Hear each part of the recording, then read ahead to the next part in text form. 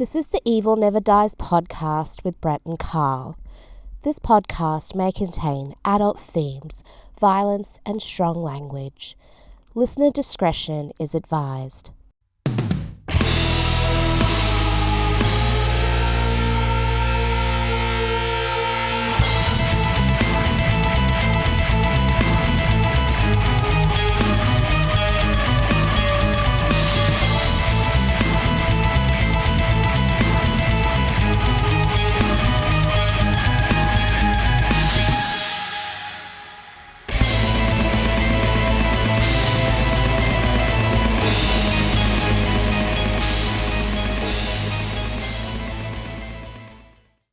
Welcome back to the Evil Never Dies podcast, episode 314. What's going on, Carl? And it's 2/14. Yeah, it's Valentine's Day. And you were going to find a Valentine's movie. Couldn't find one that wasn't a piece of shit. Nope. So you picked something else.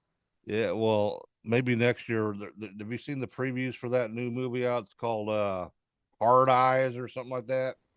Nope. The mask, the guy's wearing a mask, and it's got the eye holes are shaped like hearts, and they glow red. That sounds dumb as fuck. Trailer didn't look too bad, but anyway, maybe we can review it next year for Valentine's Day, or not. But this week, this is one I picked. From 1977, The Sentinel. I always thought that was a Judas Priest song. It is a Judas Priest song. Yeah, I wonder if they named the song after the movie. And Machine Head does a cover of that song. Have you heard it?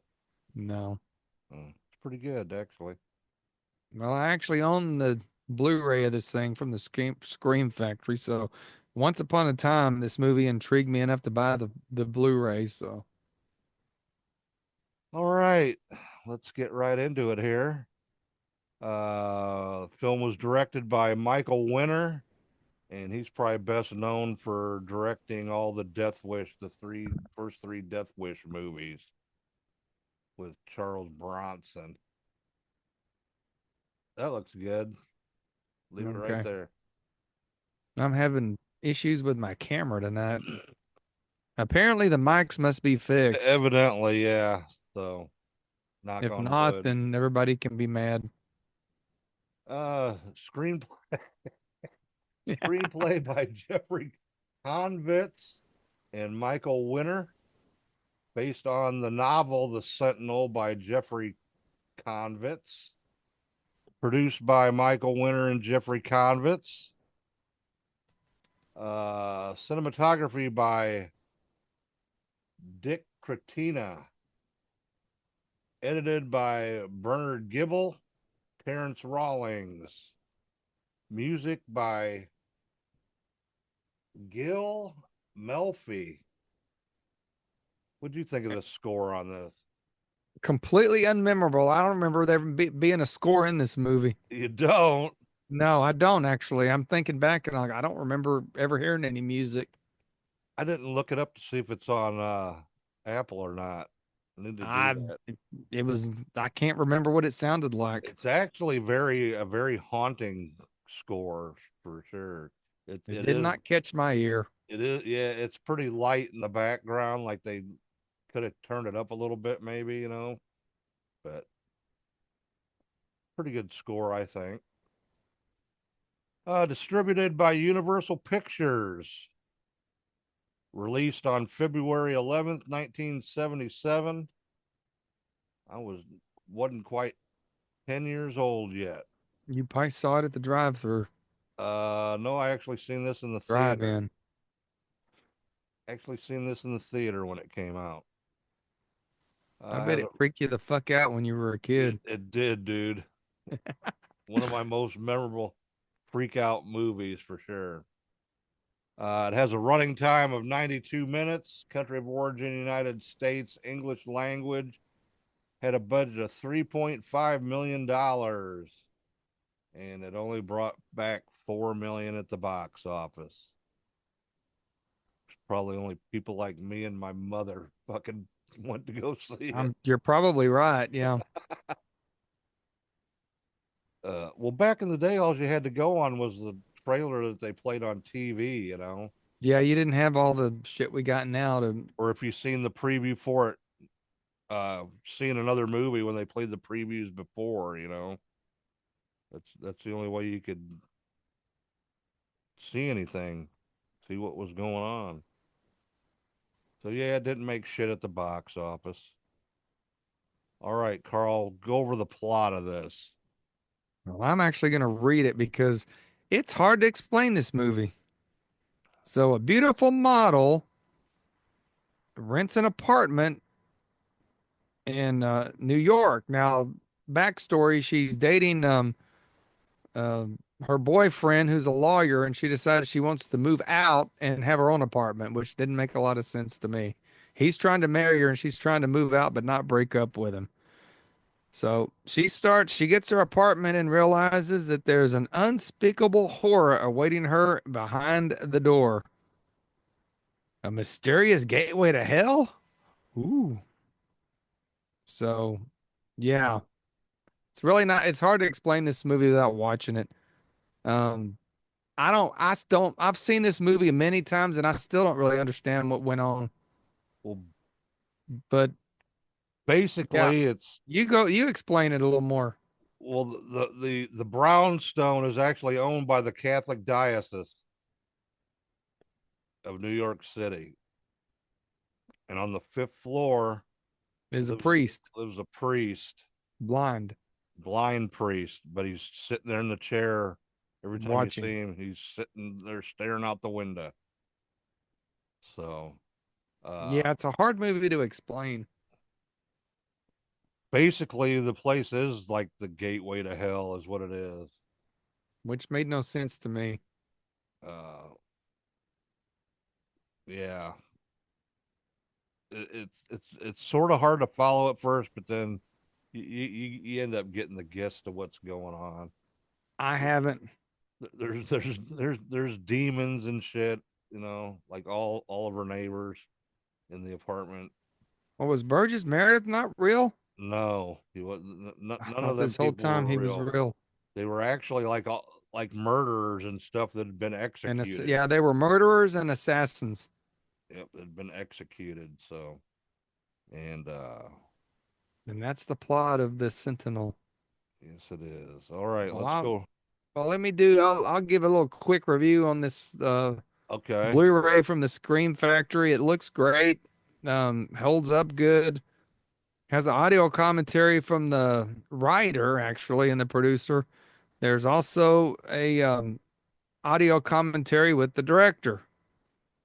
Then there's also an audio commentary with the lead actress. So there's three audio commentaries. Then they interview the assistant director, who's the one that says you couldn't make this movie anymore because it's so slow. Then that's all they got on it. It's sort of a, I would call it bare bones. It's got some good extras. It looks good. Scream Factory did a good job with it. And yeah, it just pretty much just the plane. Now you said there may be a 50th anniversary of it coming out, Yeah, in 2 years they were thinking about it, I guess. So yeah, 4K perhaps. maybe I'll get a 4K player and buy it. You've been saying that for 5 years. Oh shit. All right. Well, I guess we'll go over the cast here. The cast is impressive. Yes, And it yeah, I'm is. drinking Liquid Death. More liquid death. Yeah, let me get a slurp here before I start in. Apparently, I've moved to Liquid Death as my drink of choice. I don't even drink vodka Is anymore. that like full of caffeine or Mm-mm. just basically seltzer water or whatever? It's flavored sparkling water. And this is the cherry obituary. Is it It's is it is it got a fizz to it? Yeah, Okay. it's flavored by agave juice. Okay. All right. Cast. First off, we got Chris Sarrandon as Michael Lerman. And One of he's my probably favorite actors. What's he best known for? Probably Carl. Fright Night Yes. and The Nightmare Before Christmas. Yep. He's the voice of Pumpkin Jack. Next off, we got Christina Rains as Allison Parker. She's the model, actress, whatever you want to call her. And I don't know what she's famous for. Never seen her before in my life. She's been in some other stuff, but nothing too Hey, I notable. can see your Pennywise tonight. You can a little bit. Yeah. Okay. He's not turned on though. Yeah. He's too bright. Next off, we got Martin Balsam as Professor Rosinski. The great John Carradine as Father Francis Matthew Halloran. He's the one that was in the staring out the window on the 5th floor. The chair, yeah. Jose Ferrer as robed figure. Ava Gardner as Miss Logan. Arthur Kennedy as Monsignor Frashino. Burgess Meredith as Charles Chazen. Sylvia Miles as Gertie Engstrom. Deborah Raffin as Jennifer. Eli Wallach as Detective Gatz. Christopher Walken as Detective Rizzo. Yep.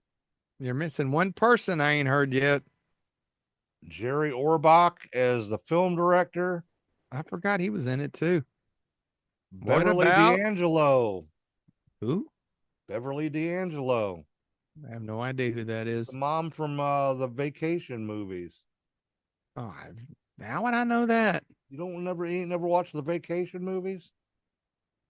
How in the hell would I know who the mom is? I know who Chevy Chase is. Well, she's the mom. What about Jeff Goldblum? And she plays the part of Sandra. Jeff Goldblum is Jack. I know. I was watching this last night and I'm like, I didn't know Jeff Goldblum was in this damn movie. And there he stood. Nana Tucker as girl at the end of the movie. Tom Berenger as man at the end of the movie. God, there's a lot of people in this. And William Hickey as Perry. And that is the cast. Yeah, the Beverly D'Angelo, she was one of the lesbian women in the apartment downstairs. Oh, was that her? Yeah, the blonde that was playing with herself. Sure wouldn't recognize her as being from the Vacation movies. I know. This was actually her first movie. And there's some more trivia that I'll get to after. So I guess we'll go straight on to trivia here. Let me find it. Hey, this was your pick, so you better have some stuff. The star. I do love the cover of the look at that picture. It's so cool. Yeah. Looks very wicked and evil. Christina Rains said that the film crew actually used the exterior and interiors of the Brooklyn Heights brownstone for the film. Rains said a lot of strange things happened while they were shooting there, particularly when she was assigned an apartment to use as her dressing room and found out it was being rented by a priest. Ooh. I guess they did two different versions of this. They did one for TV, which I don't know how the hell would you have showed it on TV? Well, basically they had to probably cut out most of it out of it, because especially that whacked out scene. Yeah, there's a few different whacked out scenes. I'm talking about the old man whacked out scene. Oh yeah, that's what I remember from the movie the first time I saw it. Did a couple of whacked out scenes. Why is this red light in the floor? I don't know, but it's shining in my fucking eyes. I know that. Good. I'm hoping it would. Okay, continue on. The modern apartment building at the end of the film was a visual effect. The original building still stands to this day. Jeff Goldblum was dubbed in all but one scene, so that wasn't his actual voice. I didn't think it was. It was weird. because he's got a very distinctive voice. So yeah, like I I guess said, nobody knew who the hell he was at this point. So I got some more trivia about him later here coming up. So, like I said, this was the film debut of Beverly D'Angelo. Jeffrey Convitz claimed that the casting of an ensemble of older stars, Burgess Meredith, Ava Gardner, John Carradine, etc., was a Universal Studios decision since they had success with an ensemble in the movie Airport. what? Yeah. Ever see Okay. that? Yeah, I saw Airport. I seen that in Airplane is a better movie I though. seen that in the theater too, man. I was probably like 5 when that come out. One of the rare time my old man liked them movies. That was one of the rare occasions that he would actually go to a movie was for the airport movies. They made like 4 or 5 of them, I think. And then they made Airplane. Yeah. Chris Sarrandon has stated openly that his experience filming this movie was the worst of his career that made him want to quit acting. I don't blame him. Crazy, huh? Uh, Jeffrey Convitz, the author of Sentinel, refers to director Michael Winter as an egomaniacal maniac in the Blu-ray commentary. Yes, I heard that. I guess he was That's really hard to work with. probably why they had separate commentary tracks with these two people. Probably, yeah, they couldn't get them together. This was the film debut of Tom Berenger. I was gonna say it had to be one of his first movies. Yeah, like I said, he was at the very end scene when it, the couple were new couple moving into the building. Yeah. Jeffrey Convitz said did not want Michael Winter to direct the film. He also claims that in his first conversation with Winter, he said, "Convitz, you're a genius. You wrote this book, and I will make it real. I will make it a film so horrifying, so disgusting, people will be fainting in their seats." Okay. I seen it in the theater. I didn't faint in my seat. And I was 10. Come on. No, it I would think back in the 70s it would have been a lot creepier than it is now. Oh yeah, it was creepy.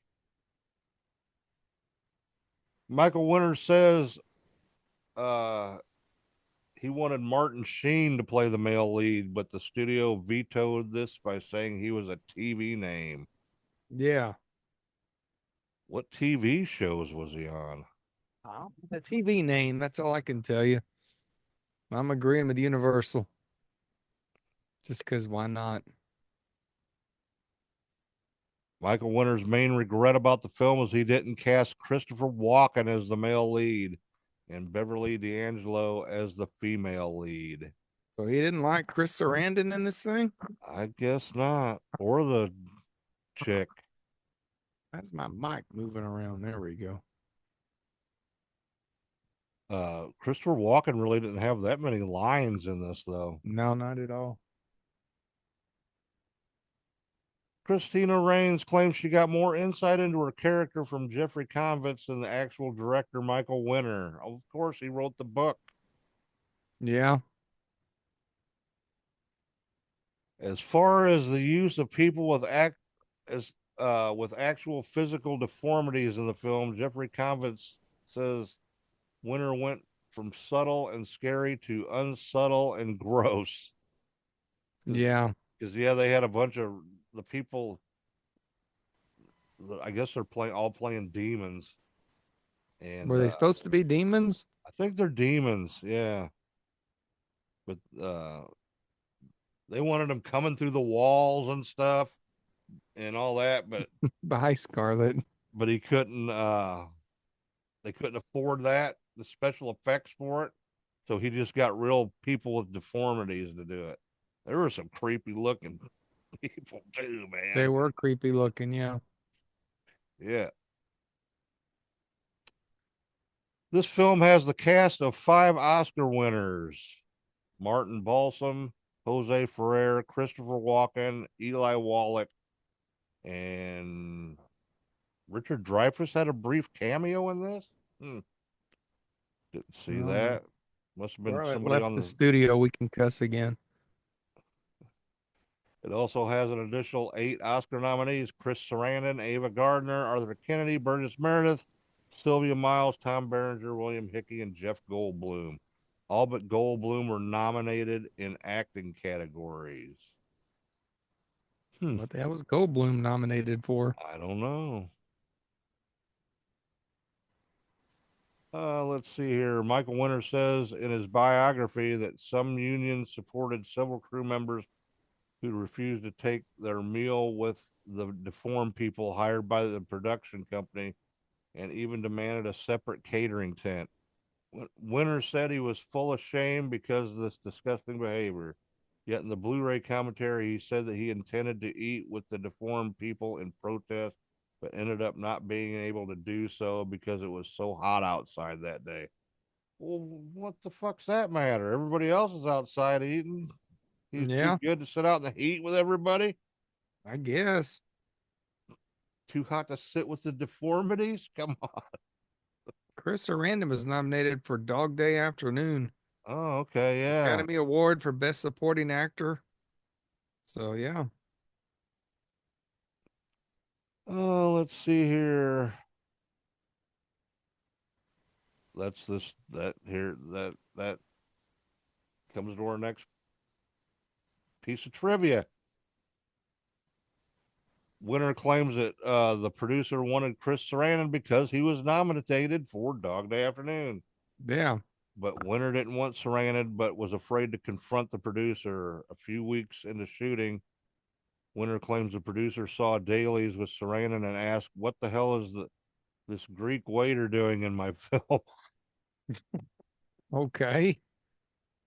Winter told him that that was the actor he asked for, and by that time, no change could be made. So evidently, they just made his life miserable throughout the whole filming of it. To where he wanted to quit acting. Yeah, no shit. In the commentary, Winter calls himself an idiot for having turned down offers to direct James Bond films, The French Connection, and King Kong. To make this? No, Oh, throughout his career, I guess.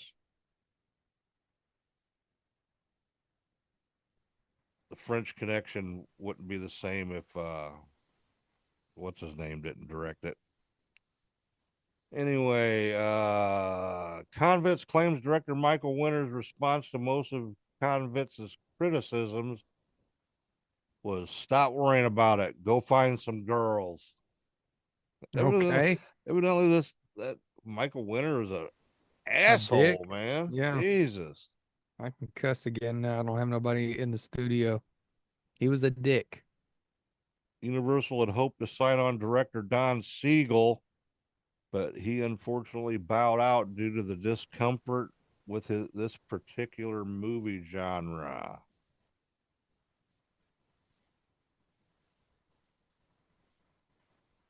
Film script called for denizens of hell to burst through the walls, looking more hideous and demonic than appearing in the final film. They sure didn't look menacing or demonic in this to me.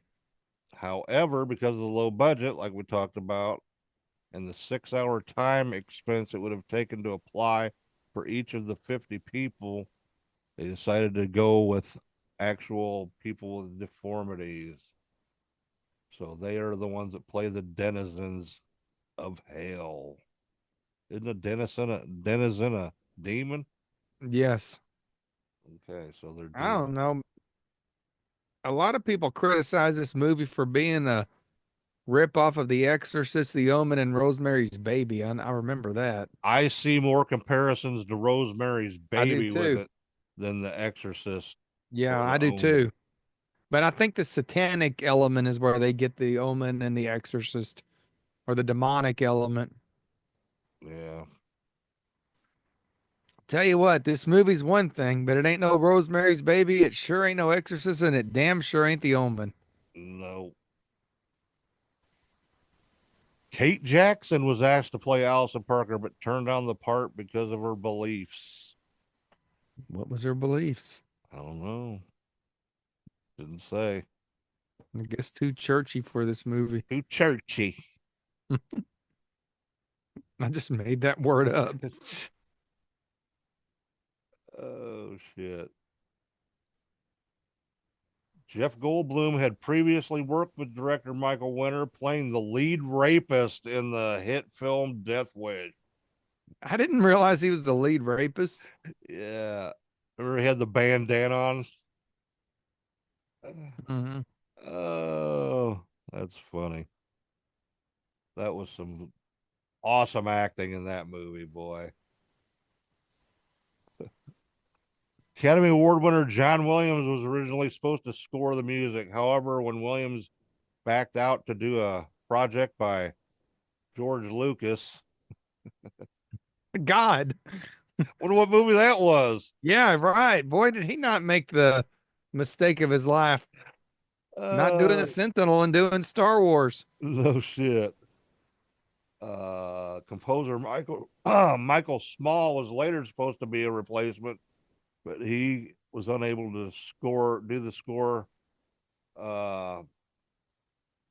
which led to the Golden Globe nominee Gil Melly, who composed a chilling score with blends and elements of Williams, Jerry Fielding, and James Horner. Boy, I wouldn't know about that. I think they didn't have it up loud enough, you know, Mm-hmm. when they edited it out. It sounds like everybody had issues with the director. What Everybody. else had he done? Basically, The Sentinel? this and the what do you call it? Death Wish movies. Well, the Death Wish movies are really good, so Oh, let's see here. Also known as Hexen Sabbath, which means witches' Sabbath in German. That's Hexen with two X's. this dude's done a shit ton of movies, man. 1960 all the way to 1999, so he's had a very successful career. Yep. So he must not have been too big of a dick, or he wouldn't have had the career he had. Maybe Charles Bronson scared the shit out of him in the Death Wish and got him straight. Charles Bronson's one dude I would not want to mess with in real life. And he was a short little guy too. Yeah, but he beat some ass. This appeared to be his only horror movie. It looks like everything else is more. He did Scorpio. Remember Scorpio? Scorpio. Yeah, it was a Burt Lancaster movie where I think he was like a CIA assassin or something like that. So he's worked with a lot of big people. So I don't know. Maybe this movie just brought out the worst in him. Well, let's see here. The same year this movie was made, Jeff Goldblum and Christopher Walken had bit parts in Annie Hall. They later appeared in Man of the Year in 2006. This was the 468th cinematic credit for John Carradine. Sentinel star Christina Rains was in an on-again, off-again relationship with Carradine's son, Keith Carradine. Her immediate subsequent screen role to Sentinel would be as Keith Carradine's leading lady in The Duelist in 1977. Their third and last outing as screen castmates. No John cussing Carradine, again. Somebody came back into the studio. John Carradine was Look at her bracelet, she said. oh yeah. So Scarlett, what do you think of John Carradine? Well, damn. Guess she didn't. Maybe you like David Carradine better. Michael Winter has referred to one of the to the one-time head of Universal Studios, Sid Sheinberg, as a twit for letting his dogs interrupt the private screening at Sheinberg's house of the initial cut of the film. I don't blame him. He's being a dick again. Remember, John Carradine played Dracula in the House of Dracula movies. Remember that? What's that? He was Dracula in the House of Frankenstein and the House of Dracula. I think That's we've right. covered one of those two movies, but not the other one. That's right. The book has a sequel entitled The Guardian, and an ironic coincidence that the year 2006 saw the release of movies entitled The Sentinel and The Guardian, which I are remember The Guardian. which they're totally unrelated and having nothing to do with New York or supernatural activity. Monsignor Franchino has a picture of Bishop Fulton J. Sheen on his desk in the film. Chris Sarrandon and William Hickey would later appear together on The Nightmare Before Christmas. Let's see here. Jose Ferrer and Arthur Kennedy both appeared in The Lawrence of Arabia in 1962. And that's about it for trivia. Gotcha. All right. Since you didn't like this movie, let's let you go first. Let's let you go first. It was your pick. Well, okay. This movie is very nostalgic to me. I remember it. I remember seeing it many times. So seen it in the movie theater. I remember where I seen it. I seen it at the old Madison Theater in Peoria, Illinois. And like I said, I was 9 or 10. And it freaked you the heck out. Freaked me the hell out. And you know, there really wasn't that much real blood or anything in this movie. No, there's no gore in it at all. Just the Well, I guess a little bit when the chick's fucking yeah, and with the razor blade and the cat eating the bird. Yeah, that was pretty gross. But yeah, it was just a freaky movie, man. All the way around.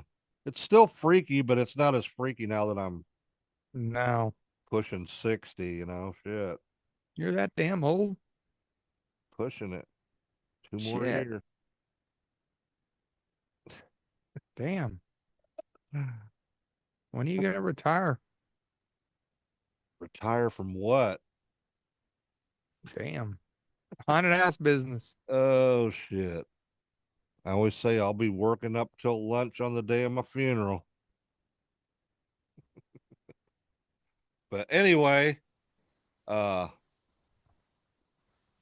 this movie doesn't really hold up You as think? good now as it did back then, you know. But I'm gonna go middle of the road. I'm gonna give it about a 2.5, 3. I'll say a 3. Okay, give it a Just 3. for the freaky factor. It's just freaky all the way around. I suggest you watch it at least once if you've never seen it before, for sure. If you My like turn. being creeped out, and lots of good jump scares. So, all right. Go for it, Carl. What's your Well, I'm not gonna knock it like you think I am. I just don't think it's aged well, and honestly, it's a good plot. It just wasn't executed well. I think the book would be great to read. yeah. I think this director guy, he just found the wrong niche with the horror movie, I think, and it just And didn't. it was the mid 70s, you know, it was the sexual revolution shit Yeah, and still I do going think on, and there was a lot of Rosemary's Baby in this movie. exactly. I'm like you. I don't really see The Exorcist or The Omen, but a lot of people compare it because of the, I guess, satanic overviews. I mean, the acting is absolutely phenomenal. Well, John Carradine, that guy's an absolute legend. Yeah. You know, his family, like we talk about David Carradine, they're just a famous family. Um, what? Grasshopper. No, I thought you said something else. Uh, It's so the casting was great. I thought the actress that played the model could have been better, but whatever. Anybody could have played that role, I'm sure, but yeah, it doesn't hold up good. Like I said, the last time I watched this, I thought I enjoyed it more, but maybe I confused it with something else. Um, I'm gonna have to give this thing about probably a 1.75, okay. maybe a 2. We'll give it a 2 just based on the quality of the actors and actresses in it. It just could have been a lot better movie. Honestly, this is something they ought to try to remake. They want to That's what I remake was everything. just gonna say. Yeah, remake this thing and do it right. Yeah. Only if Blumhouse don't do it. Blumhouse or whatever the hell it is. Well, you know what? The Wolfman's going to be out real soon on streaming, so we'll find out what happens with that. I want to see that other werewolf movie too that's coming I out. know. Where's it at? I don't know. It's supposed to be really good though. So But yeah, I think the Sentinel could what's it called? Just werewolves or something? Werewolf, I think. The Sentinel could be a really good remake, but I doubt it will happen since it's 50 years old now. Ain't nobody gonna remember this, so I guess I could give it a 2, but that's sort of reluctant. I don't recommend this. I honestly don't. Don't waste your time with it. Oh, It's everybody too needs to watch dated. at least No, once. don't do it. It's a It's not. classic, man. It is not worth it. It is. It was a classic, but I think in 2025, it's pretty much met its end. I don't even know. I don't even know if I want to keep this Blu-ray at this stage. I don't know. Throw it this way, brother. You're I gonna get rid buy of it. I'll take it to movie trading company and sell it for $5. Shit, I'll give you Buy some more $5. toys. Star Wars toys or Hello Kitty toys for Miss Scarlet in there. Hello Kitty. That's Scarlet's thing now. Oh, okay.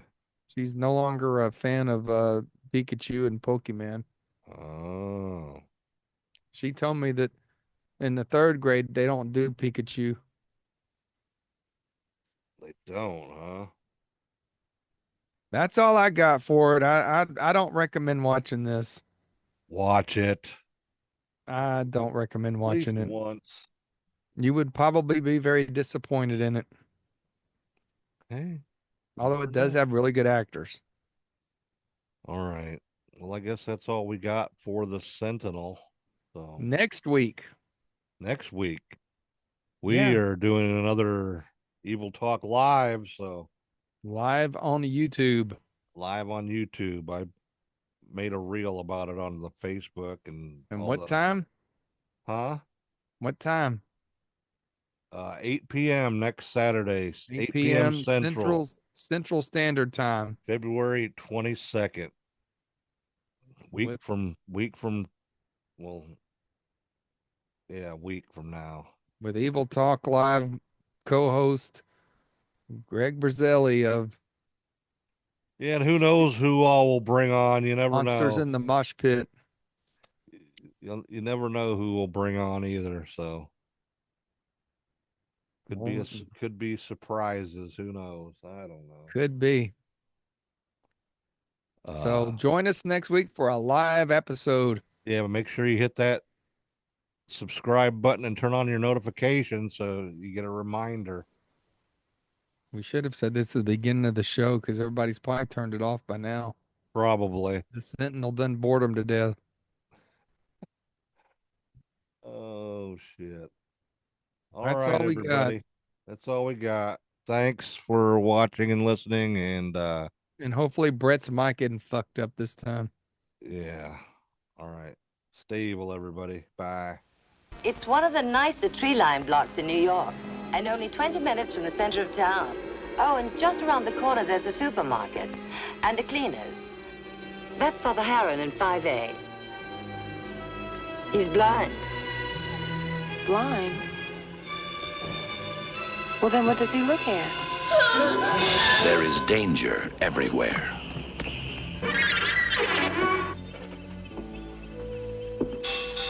There is evil. Evil everywhere. Turn around, Allison. Look behind you. There is horror. There is darkness. I think Allison may die. But watching, waiting, warding off evil, there is hope. The Sentinel. Before Halloran, there was Father David Spinetti. Before him, Mary Thorin becomes Sister Mary Angelica. Father Matthew Halloran dies the same day that Allison Parker disappears and becomes Sister Teresa. I call thee! May horror and confusion expedite our glory! Is the Sentinel the only thing that stands between the mortal world and the torment of hell? Between happiness and horror? She went to a party with 8 dead murderers. Eli Wallach. Doesn't everybody? I've had a noisemaker. Sylvia Miles. Nobody has lived in that building for 3 years. Ava Gardner. Martin Balsam. Jose Ferrer. Arthur Kennedy. There is danger. I swear to God, I'll kill you! Chris Sarrandon. I'll kill you! Burgess Meredith. Welcome home. And Christina Raines. The Sentinel. The most frightening motion picture experience of your life. And the most revealing. Turn around. Look behind you. Be one with us. No! There is evil everywhere. And the Sentinel is the only hope. The Sentinel.